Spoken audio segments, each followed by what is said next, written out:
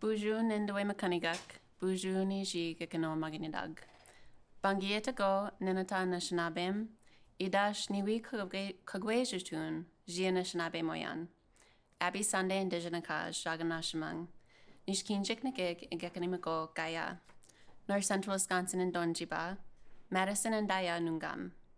Nagachiwanang ijanakarik ish kanigan winjibayan. Bangi itugo ninatash, idash winge ningadach nungam. Anawi, minogishigad. Miigwech Glass Madison, idash miigwech bizendayeg. So good afternoon, everyone. First, I want to say thank you to Glass Madison Educational Gathering for hosting this event, and a special thank you to Helen Lee and Kagan Dunn for creating and putting this event together. I'm really excited to be here and to be able to talk with you all about the work that I've been doing over the past year. My name is Abby Sunde, and I'm a second-year Glass student here at UW-Madison in the undergraduate studio art program. Like many people in the arts, my path has certainly been nonlinear. I grew up in the northwoods of Wisconsin on 1837 Ojibwe ceded territory. My family had an old farmhouse in the woods and a footprint of an old dairy farm now covered in trees. And we were the only house on a mile-long dirt road for most of my childhood. We were far enough out in the woods that a typical childhood activities like clubs or sports really weren't possible for a family of 6. And that's my family. I'm the youngest, I'm the one on the far right, and that's my 2 parents in the foreground. So with the schedule we held growing up and the distance from town, that means looking back on my childhood, a lot of my memories pertain to the woods that I grew up on and the land that I grew up on. And I'm the one in the cowboy boots on the left image. And that's my dad in our garden. He's picking the pole beans in our garden, and it's the garden that fed me and my family growing up and still feeds my family to this day.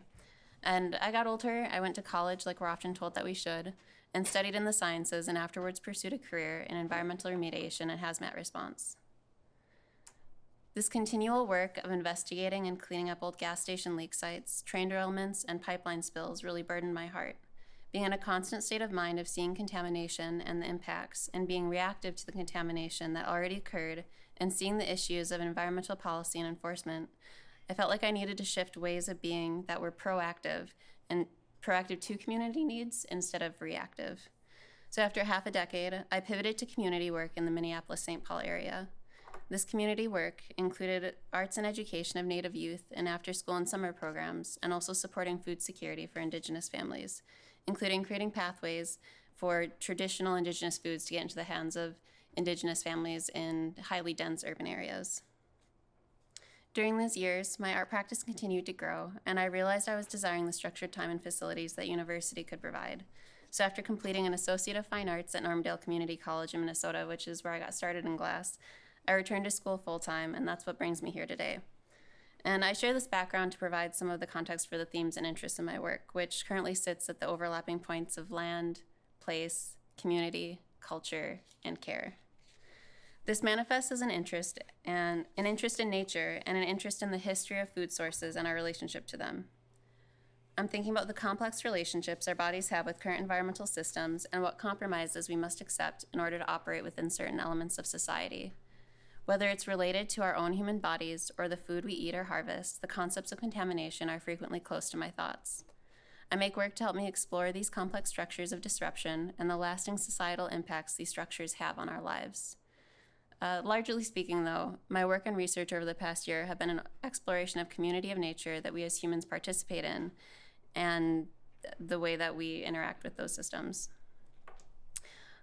Often I think about aspects of our food systems and how they've been increasingly complicated due to colonization, like the ability of my family to participate in treaty rights and what aspects of health Indigenous people may be sacrificing in order to continue in those traditional ways to gather food. For example, if my father or uncles exercise their treaty rights and harvest fish, we have to be concerned about the threat of heavy metals we are consuming that was caused by colonial industrialization. These drawings that I do are very time-consuming, but they allow me to sit in the stillness of some of these topics. I got a little ahead of myself with flipping the slides, so you get a little preview. But from these moments thinking about contamination, I found a continued draw to incorporate my science background in the work that I do. Last winter, I was selected to participate in the FLOW project, which is a program here at the University of Wisconsin that matches art students with scientists to create work informed by the research the scientist has done. And I feel like this was a moment of synchronicity that I was paired with Jeff Simmering. He's the individual standing across from me, and instead of just having a conversation about his research, he was down for getting into the mold room and getting messy with the plaster, which I really appreciated. And he's a delightful soil scientist here at UW-Madison who, among a wide array of other topics, has conducted research involving the lasting presence of mercury in water systems in the Amazon. And I say synchronistic because we were able to connect and chat about his research and methods at deeper levels than I was initially expecting, and I was able to connect my time as a hazmat responder that actually went on mercury spills and cleanups to some of his own experiences with his research. So for this project, I ended up deciding on a hollow core kiln cast approach, wanting to find some way to depict the invisible dangers involved in water contamination. And on the left is the image of the mold, which after I was done putting up all the layers, it was over 90 pounds, and I knew I was going to work with a big scale, but that size really took me by surprise by the time we got all the layers on. And on the right was in the middle of the process of cold working, and I was really excited at this point because there had been so many hours put into this, and you're starting to be able to see the structure in the kiln cast object. So it was all pretty exciting for me. And the end result was this piece, hollow core kiln cast sculpture. And I want to add some of my favorite moments too of working on this piece, because this was a lot of hours. It was my first hollow core kiln cast that a lot of my peers and classmates in the glass lab would be like, "How's your baby doing?" And at this point, after like measuring and everything, I'd be like, "Well, she's 17 inches and 35 pounds and she's doing really well." And yeah, but all jokes aside, the project really highlighted some of the aspects of glass and kiln casting that I really enjoy, and the technical challenges, which involve the technical challenges, and my favorite part of kiln casting, which to me feels like Christmas morning, because when you divest a mold, you get to see what the cute little, what the glass decided to do in there, and it's a really exciting moment between you and the glass. And in the spring, I made a piece that shifted in a bit of a different direction than these previous ones. This piece is called Iskagamizagin and can actually be seen right now in the Backspace Gallery in the Art Loft, so be sure to check it out if you're curious. And this was made with a blow mold, and it's a visual retelling of Ojibwe oral history of the origin of maple syrup. The first iteration of this work was both aspects of performance and relational aesthetics. And in it, I was thinking about how storytelling can be brought to glass and how glass can be an active participant in oral histories, bring liveness to a space. This liveness that I see the glass inhabits reminds me of the materiality that interests me in working with glass. My interest stems from both the knowns and unknowns it holds for me. At this point, my relationship to glass in the hot shop feels like a conversation, a relationship, and a call and response between myself and the glass. And with the large blow mold for this piece, I especially see it as an interaction. I can create the space and invite the glass to participate, and then we get to see what the end result is together. This creative exchange between myself and glass has really intrigued me, and I've been interested in how these interactions could translate outside of the niche relationship with glass. One of the first routes I wanted to take to explore this exchange was with an organic shape that I found visually compelling for a long time, and that's potatoes, sprouted potatoes specifically. Since the first time I encountered a sprouted potato, I found them to be just such fun little creatures. And thankfully, my apartment is just at the right humidity level that they will both shrivel and sprout at the same time, which is really important because if you've ever been around potatoes that are going bad, they are gooey and they smell atrocious. So I'm really thankful that the climate in my environment permits them to be in this unique space of existence. So I was curious about what sort of impression a wrinkled old potato could make. And I painted on some liquid charcoal patterns I painted on some liquid charcoal and pressed it onto the paper, and once I was finished with the pressing, I explored the organic patterns and shapes that I saw. And I expanded on it with my own charcoal, so that's the shape that you see there.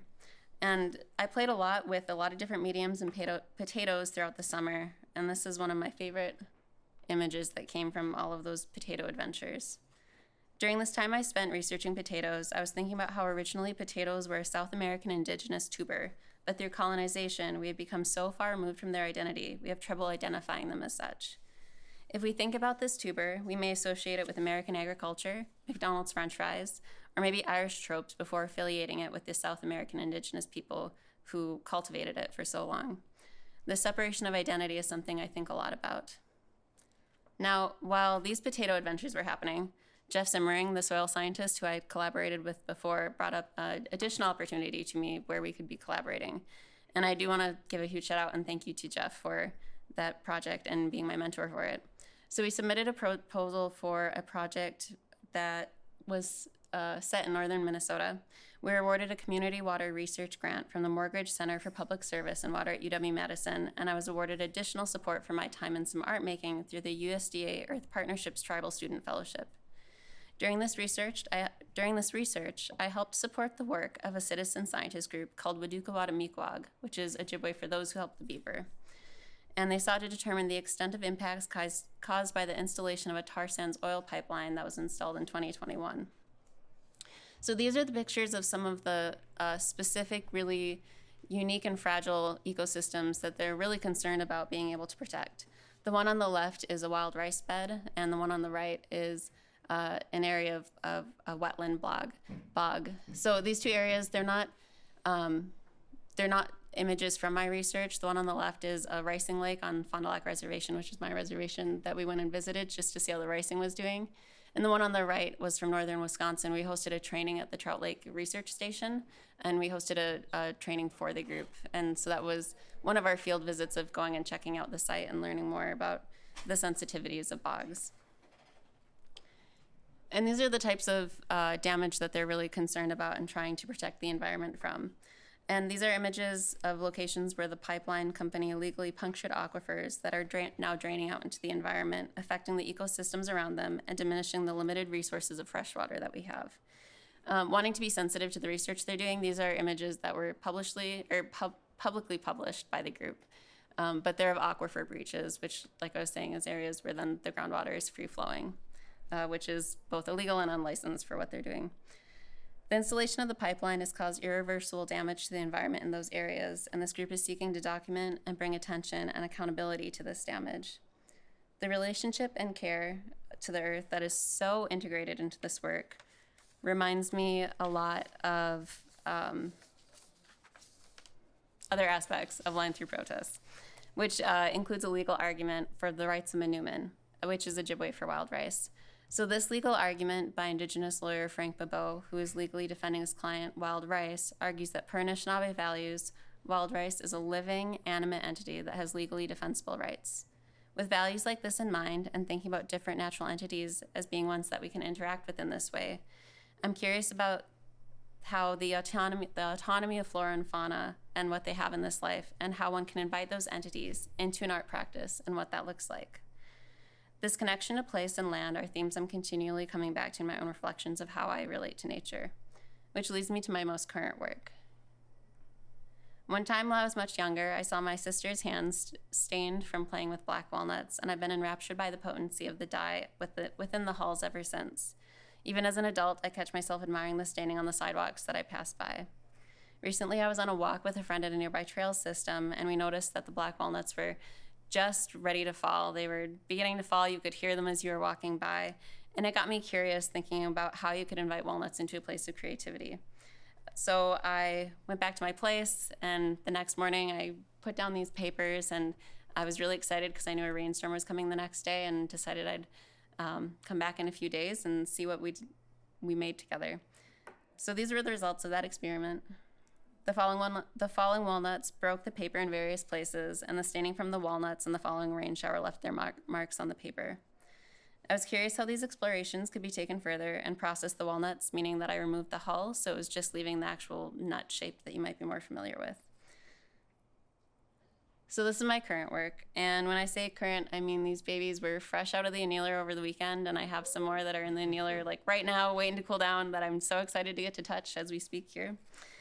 And so while I'm in the process of this play and this making, I don't feel like I can speak a lot critically to these, but I can leave you with some of the questions I'm thinking of as I'm in the middle of this work. What does participation with nature look like? What roles do I have as a maker in this interaction, and where am I in relation to this work? How can one extend an invitation to nature in their work, and what sort of dialogue can emerge? Thank you.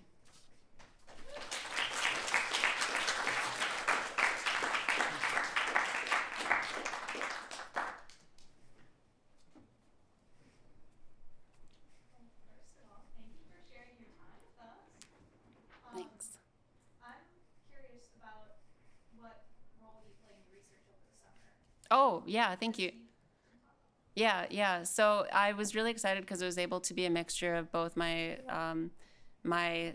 background in science and then also coming with kind of more of the art-minded side too. So I helped facilitate field team visits, so where we'd go to the site, collect samples, do monitoring essentially, and then also would come back and collaborate with some of the scientists that they have that they're working with to then talk about and like do this data reduction that we were seeing. So it was a really fun space where I could be both in the science lens and the art lens, and I really enjoyed that.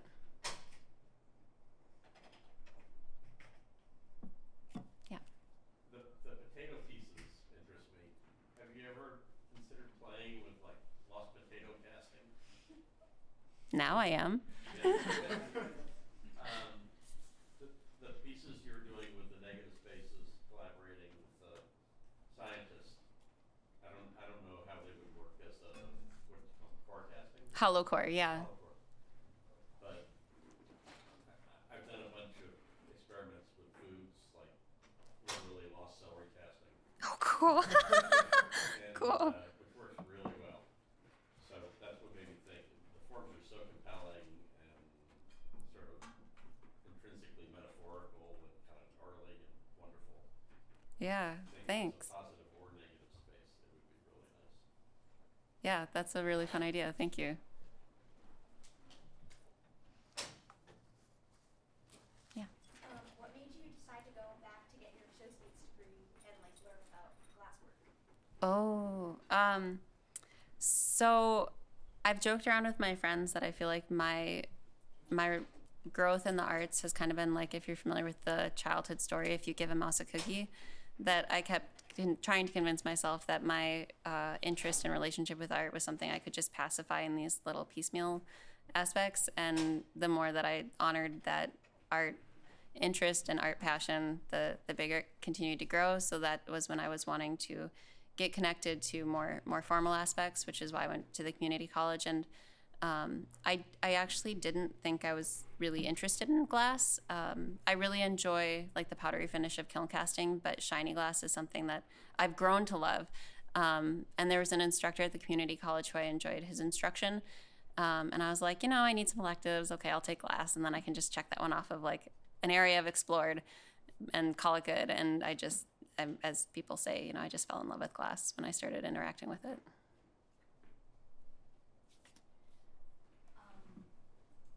I was just curious if there's a plant from your childhood that really inspired you when you were younger before you got into this kind of work. A plant? Ooh. Oh my goodness, that's a lovely question.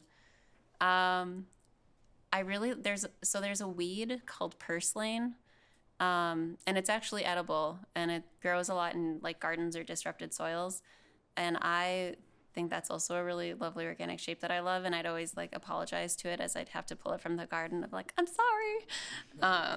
But yeah, I guess I haven't thought about purslane in a while. I think that's a really lovely question. Thanks.